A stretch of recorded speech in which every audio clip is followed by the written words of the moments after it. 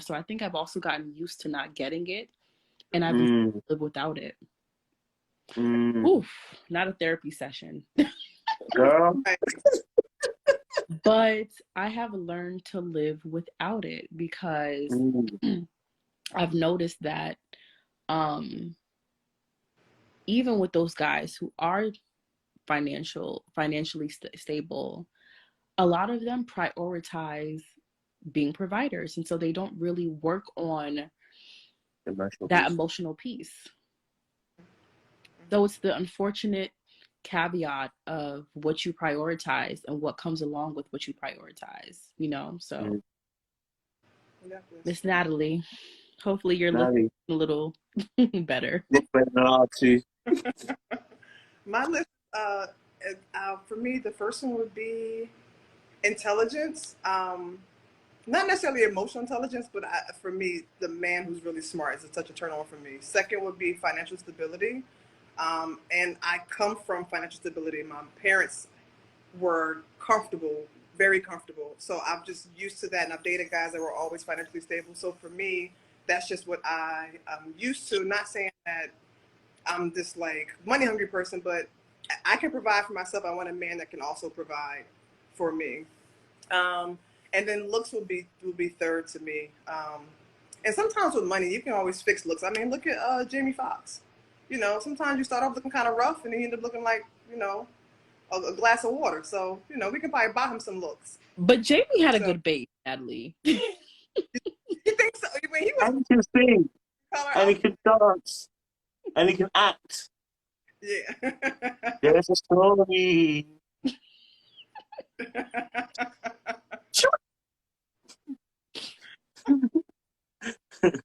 Wanda.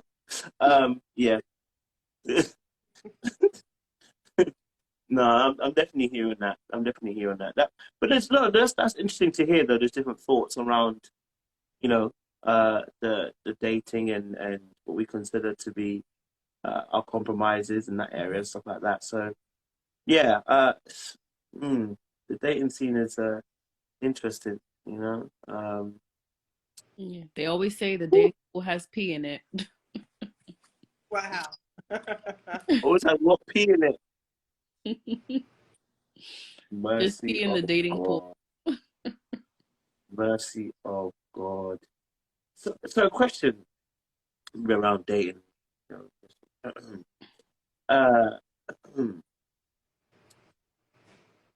if you're, it's probably arbitrary. You're married, okay? Been married for 2 years now. Going strong, it's going good. Everything seems to be in working order. Yeah. You find out that the day before the wedding, your partner was in the sheets with somebody else. Oh God. You find it out. You find this information out. It's not coming from your husband, but you find it out. The question I'm asking is, do you blow up your husband now about this issue? Or do you continue the relationship as it's going? Because it's going well at the moment. So do you continue going as it is? You haven't suspected that he's doing anything else or anything like that. Do you continue to go forward with this marriage? Wait, so someone else Or brought this information to me? someone else brought information to you? Yeah. So my next question, how do I I know if trust it, the trust. Huh? my next question is, how do I know if it's really true? This information came from Twitter, and the person released the information uh, because your husband was out here chatting shit about that person, and now they've released a kraken of truth onto Twitter. By the way, this is actually a real example. This happened on Twitter quite recently. Someone exposed that their husband was out here in the streets before they got into marriage. So this is a real example. So I'm asking, and it's a few other sources have also confirmed that, your husband was spotted where he shouldn't have been spotted with a so and so situation as well. So this is Already so it married. is true. Hmm? We're already married at this point. This is You're post. 2 years in. You're 2 years in. It's Okay. looking good. Yeah. You want to go first, Natalie? I was going to ask you the same thing, but I'll take the first. Okay. It's definitely a conversation to be had. Because my initial concern is why. It's not the who, it's why. Because if you don't address the why, the who is going to keep changing. You could change who's. It'll be another who and another who and another who. So for me, I wanted to address the why. Depending on how that is handled will be the answer for me. If he is like defensive and whatever, blah, blah, that's old, why you bringing up old stuff, that kind of stuff, right. Because this is how you're going to deal with us having controversy going forward in our marriage. A place of, this is what happened, whatever, bachelor party, whatever. I'm not making no, viable excuse, but there may be something that we can salvage from that because you're being honest and open and you're being forthcoming about everything, then we can maybe work past this. So I would say, depending on how he responds to the me addressing it, will determine how I move forward with that relationship. So you're saying that you're blowing it up. You're actually asking him. Oh, absolutely. You're going to confront him. Okay. Absolutely going to ask. Oh yeah. No. Fair enough. Araba, I think for me, what you said, Natalie, was, I love that point about discovering the why, because if you don't, then the who is always going to be an issue. Great point. I think for me, the why doesn't even matter. It's the fact that you did it that I won't be able to get past. Because like I understand, and we've seen celebrity couples who they've experienced infidelity. So like Beyonce and Jay-Z, right? And we know that they were able to work through it. I think knowing myself and knowing that this person was capable of doing such a thing, that would probably bother me for the rest of my life. Like I would never be able to look at the person the same. Like we could work through it, right? Granted, we could go to therapy, we can discover those whys, we can get to the bottom of why you felt you needed to make that decision. But I'm telling you right now, it will never be the same. Like my love would have been on 100% when we first got married, but after the infidelity, it's now at 85%, and you're gonna feel it too. Like I'm not gonna kiss you the same way. I'm gonna be different, because I feel like if you can betray my trust in such an intimate way, I don't know how to restore that level of love that I once had for you. I don't know how to do it. I don't. And that could be something that I need to figure out about myself. Why is it that when I feel betrayed, I'm not able to get back to that place, right? Or even if we have, I don't even know if it's mandatory that we have to get back to that place. But I know for me, I would struggle. I would really struggle. Yeah. I struggle with betrayal, so I know exactly what you're talking about. Me personally, I'm going to be honest with you. I think the relationship's done. I think the relationship's done. And my triggers are going to be so present in that. So I think I've been in a situation where someone's lied and cheated, and just the lying was too much for me. It's not even cheating; it was a lying. I think for me, 2 years in, and you were Decepticon this whole entire time. Yeah, you got to go. You got to go. Yeah, I don't think there's anything salvaging that. 2 years, you kept that under wraps. 2 years. Yeah, I think you might need to go because you've been lying to my face the whole entire time. You've been, you know what I'm saying? Like, I think the person would have to go for me, essentially. So, yeah, that's my immediate thoughts. Maybe I'll be different with them in the position. But, yeah, I think you've got to go because that's the 2 years of deception. You dangerous. You dangerous. So, yeah. But, I mean, has anyone had to recover from infidelity in a relationship before? Or has anyone tried to recover from infidelity in a relationship? Not No. that I know of. If one of my partners ever cheated, I was not aware. I've never been in that situation. The only things I've ever had to recover from was, yeah, emotional abuse. But Mm. cheating, mm, Mm. I hear you. I don't know I hear about you. you now. Yeah, I've recovered. I've had to not had to, but I've had relationships where there was infidelity, and I guess the reason why there's a little bit of a soft spot when it comes to that with me is because I learned the role that I played, and I'm not saying that anyone Mm. cheated on or done wrong, but I was emasculating, Mm-hmm. and through my behaviors and my words and I didn't say I drove him to the arms of another woman, but when we had the discussion, I kind of see like I wasn't a safe place. Like I threw things that he told me in confidence in his face and things like that. Like I had to understand that, he wasn't right, but I kind of understand. I wasn't being what you needed as a partner. Mhm. So that's why for me, the why was so important, because no one's right for cheating and two wrongs don't make a right, but people react the way they react, and we all react to things the way that whatever we do, it makes us feel safe. So he Mm.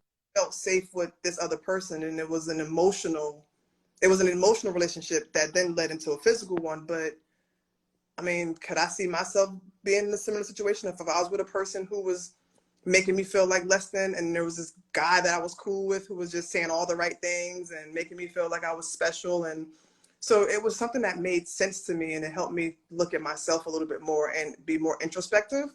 Yeah. And Yeah. that's kind of why I don't just write people off. I try to find out the why, because sometimes you can be a part of the problem and not necessarily a part of the solution.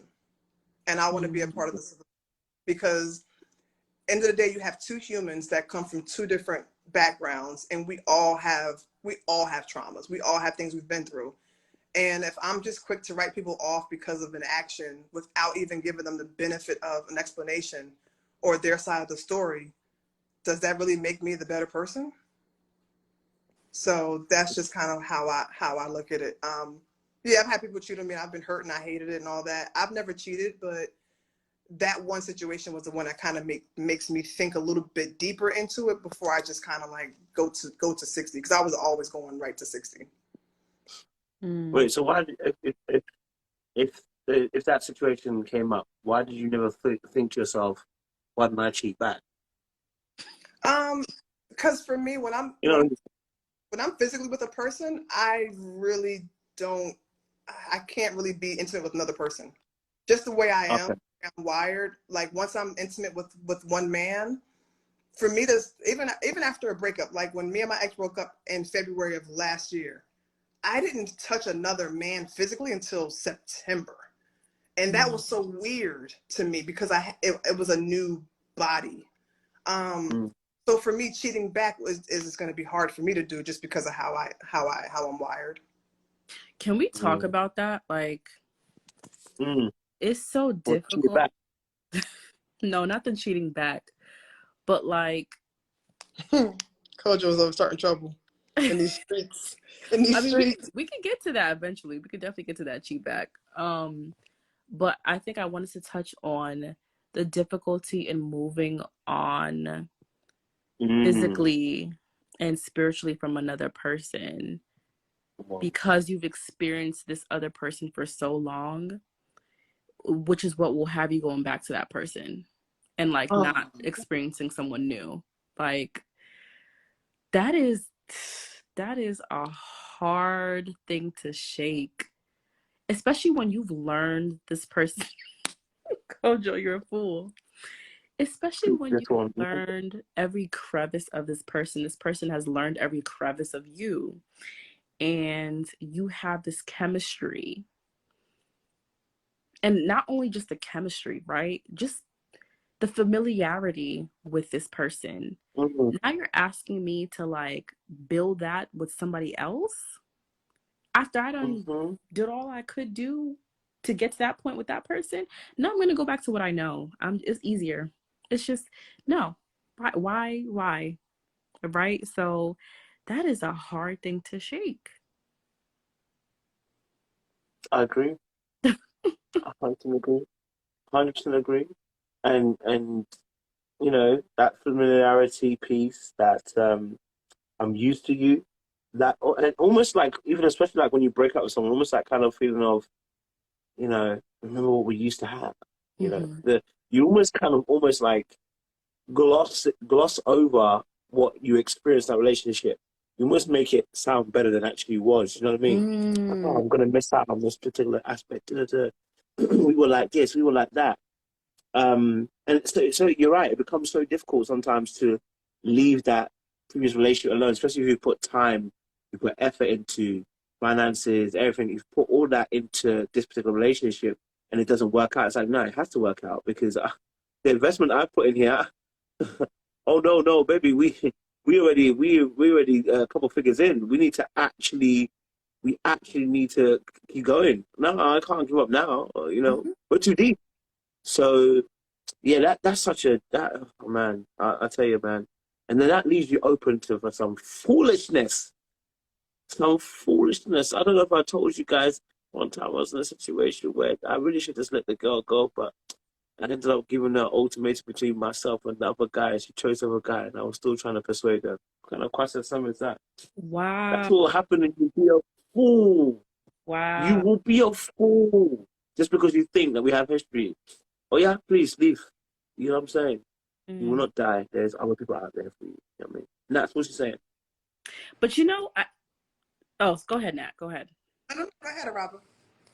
I was gonna say, even in that toxicity, I think we Mm, all have to have compassion for ourselves when we experience that difficulty of moving on in that way, because when you think about it, breaking an emotional and physical bond to someone is not easy, right? Because a lot of it is also chemical and biology. mm, And mm, so we like during that duration of time that we're with that person, our bodies are wired. I think I was reading something about it too, like an article that said sex is not just sex, right? There's yeah. some wiring that goes on when you experience this person intimately, mentally, physically, whatever.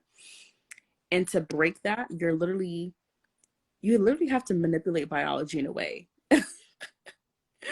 So it's difficult because we're trying to take over a process that, oh, Natalie,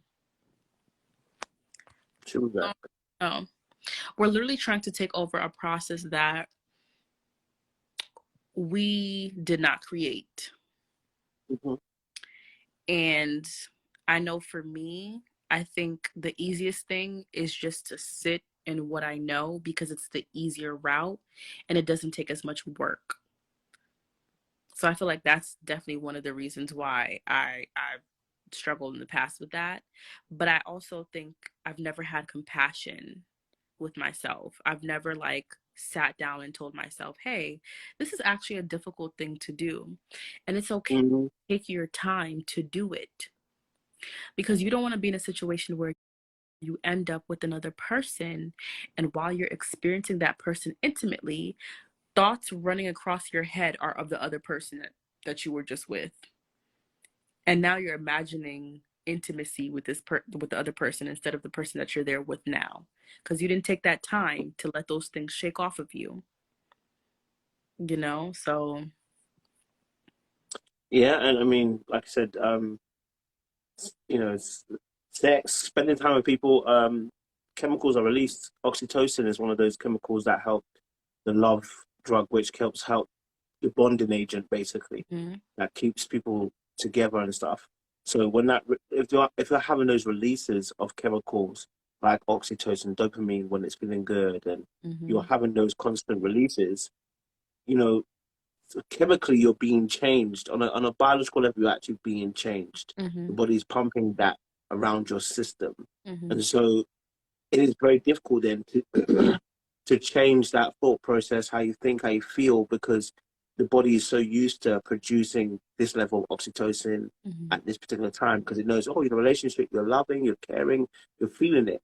And Mm-hmm. then you get, you know, cut off at the knees, per se to speak, by a breakup. And it's like trying to stop that flow around your body is very difficult because the body's so used to doing it. So yeah, Mm-hmm. it's a lot to think about. But yeah, you're right. I mean, man, breakups be just sending you to the Yo. And that's why I always say it's so important you go into relationship healed. So important so that you don't end up making someone else need healing. You know, like we just need to be healed before we encounter anybody else, or else we're going to continue to perpetuate cycles of trauma and damage. That's just what it is. Like, don't, and I know we all want love, we all want companionship, we all want a warm body next to us, but ask yourself, like, at the end of this, can I say what's going to come out of this is better than what would happen if I would have just stayed alone? mm, Like, so many times we involve other people in our mess because we're selfish and we want to feel closeness with someone. But I'm sorry, unfortunately, you forfeit that closeness with someone until you've worked on yourself, until you've gotten to a place where you know, if I engage, it's going to be healthy engagement. This person yeah. is not going to need a therapist once they're done with me, right? Because I've come to this relationship whole. I've come to this relationship knowing myself and knowing that I'm not going to emotionally dump or trauma dump on this person. Mm.